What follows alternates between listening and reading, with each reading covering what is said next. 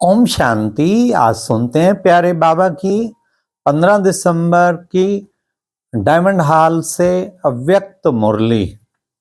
पूरे 20 वर्ष बाद रिवाइज हुई 2004 और 2024। दोनों दिन ही 15 दिसंबर था और दिल्ली जोन का टर्न था। आज की सारी मुरली बाबा ने बेफिक्र बादशाह और दुआएं दो विशेष। बाबा ने कहा आज बाप दादा बेफिक्र बादशाहों की सभा देख रहे हैं।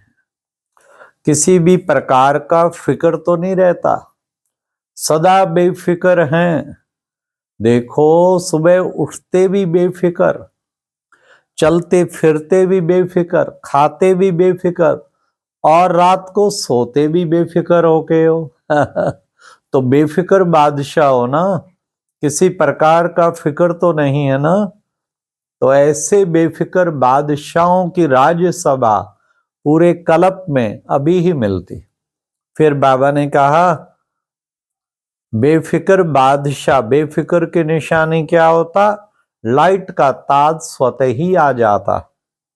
और जब फिक्र छोड़ बैठते और फिक्र की बजाय बोझ अनुभव करते तो जैसे वो ताज की जगह टोकरे आ जाते। तो बाबा ने कहा ताज ज्यादा अच्छा लगता है या टोकरे ज्यादा अच्छे लगते हैं? बोझ के टोकरे अच्छे लगते हैं? नहीं लगते ना। तो फिर क्यों बोझ रखते हो? बोझ तो सारा एक बाप को दे दिया ना।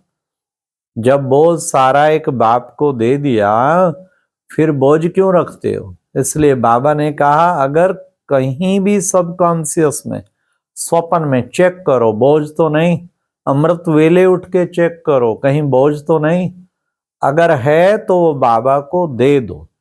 बाबा को दे दो और खुद बेफिक्र हो जाओ। बेफिक्र बादशाह। बादशाह किसे कहते? बाबा ने कहा सब राज्य अधिकारी ही बादशाह। तो सारी कर्मेंद्रियों पे राज करने वाले और ऐसे बादशाह हो ना, बाबा ने कहा। फिर बाबा ने कहा ऐसे बेफिक्र बादशाह की जीवन कैसी होगी? सदा संतुष्ट जीवन, सदा संतुष्ट, स्वयं से भी संतुष्ट और सर्व से संतुष्ट, और सभी उनसे भी संतुष्ट होंगे। संतुष्टता का सर्टिफिकेट मिलेगा। फिर बाबा ने कहा कि गलती क्या करते हो? बाबा ने कहा थोड़ी सी एक मात्रा का, बेफिक्र बादशाह बनने की युक्ति क्या है? छोटी सी एक मात्रा का फर्क करना है बस। वो कौन सा? मैं को तय में, मेरे को तेरे में। बाबा ने कहा जब मेरा मेरा करते हो ना तो फिर क्या होता? हाँ, फिर बोझिल हो जाते। तो मेरा नहीं, तेरा, तेरी जिम्मेवारी, तेरी सेवा, तेरे बच्चे, तेरी एरिया, तेरा सब कुछ। मेरा तो है ही नहीं ना, बाबा तेरा। तो तेरा तेरा समझने से फिर बाबा ने कहा तुम डबल लाइट बेफिक्र बादशाह बन जाएंगे। मेरा मेरा समझने से बाबा ने कहा फिर क्या हो जाएगा? दास बन जाते हैं। दास किसका? माया का दास बन जाते। और बनना क्या है? माया जीत है। तो माया जीत बनने के लिए कभी भी उदासी क्यों आती? क्योंकि दास बन जाते। तो कभी भी दास नहीं बनना। इसलिए बस मेरे को तेरे में परिवर्तन करना है। फिर बाबा ने कहा आज बाप दादा बच्चों के चार्ट को देख रहे थे, चारों ही सब्जेक्ट्स के चार्ट को देख रहे थे कि कितने खजाने जमा किए। बाबा ने सबको खजाने तो बराबर ही दिए, फिर भी कितने कितने खजाने जमा किए। फिर बाबा ने कहा सबसे बड़े से बड़ा खजाना तो है समय का खजाना। कितना बड़ा खजाना है? ऐसे नहीं कि 1 सेकंड गवाया, 1 सेकंड गवाया माना बहुत कुछ गवाया। समय का खजाना ये समय ही है जिसमें तुम सारे कल्प का भाग्य जमा करते। इसलिए बच्चे समय का खजाना बहुत बड़ा खजाना है। फिर बाबा ने कहा कि बच्चे, बाबा विशेष जो है बच्चों से एक ही आशा है, और वो आशा कौन सी है? वो है दुआएं दो, दुआएं लो, ये आशा पूरी करनी है। कोई कुछ भी दे लेकिन आप दुआएं दो। हाँ, और वो कब? जब सब खजाने जमा करेंगे। बाबा ने कहा ज्ञान का खजाना भी है, गुणों का खजाना भी, शक्तियों का खजाना भी है। ये सारे खजाने चेक करो मैंने कितने जमा किए हैं। जमा करना है, जमा का खाता बढ़ाना है। फिर बाबा ने कहा फिर डबल ताजधारी बन जाएंगे। फिर बाबा ने कहा ये दुआएं जो है, ये दुआएं बहुत लिफ्ट का काम करेंगी। उड़ उड़ेंगे।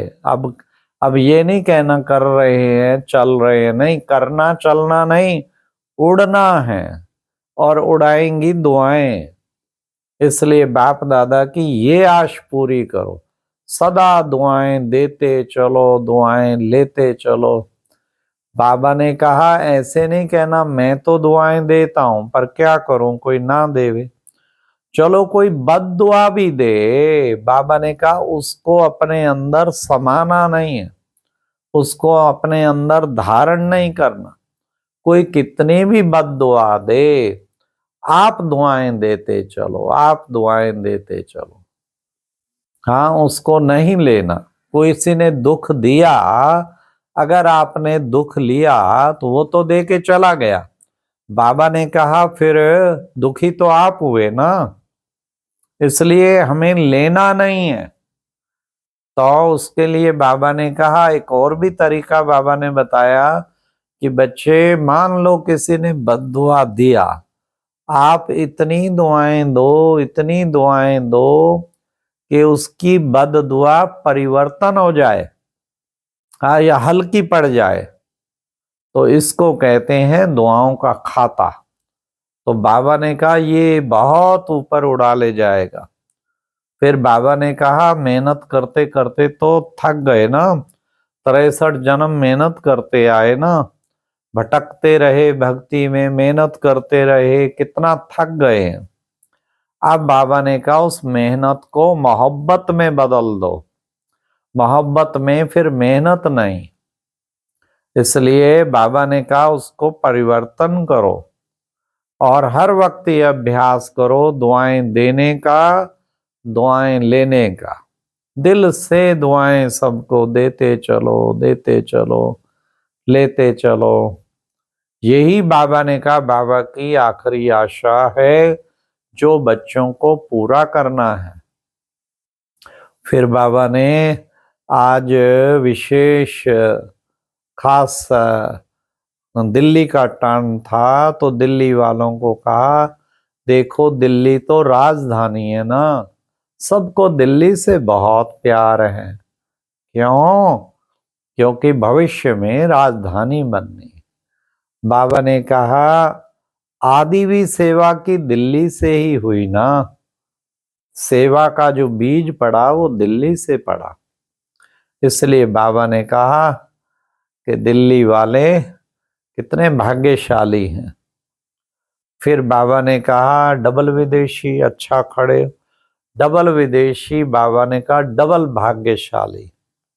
तो क्या करेंगे डबल विदेशी? बाबा ने कहा सदा दिल तख्त पे रहना। हाँ, दिल तख्त नशीन। हाँ, तख्त कभी भी नहीं छोड़ना है, तख्त पे भी रहना है। और देखो वो तख्त जो है ये कितना तख्त बड़ा है, ये दिल तख्त जो है वही तुम्हें भविष्य राज तख्त दिलाएगा। इसलिए अभी के तख्त नशीन, अकाल तख्त नशीन ही दिल तख्त नशीन, और फिर भविष्य राज तख्त नशीन बनेंगे। तो डबल फॉरेनर्स को बाबा ने कहा देखो कोई भी सभा में, हाँ, अगर डबल फॉरेनर्स नहीं होते तो कमी महसूस होती है। डबल फॉरेनर्स ब्राह्मण कुल की एक शोभा बन गए तो कितना अच्छा लगता। तो बाबा ने आज डबल फॉरेनर्स को भी प्यार दिया, उनको भी दिया। फिर विशेष खड़े होके बाबा ने सारी सभा को दृष्टि दी, बड़ी पावन दृष्टि दी। और फिर बाबा ने प्यार से विदाई ली। तो ये था आज की मुरली से ताजा ताजा मक्खन, आज की डायमंड हॉल से चली अव्यक्त बाप दादा मिलन की मुरली का ताजा ताजा मक्खन। ओम शांति।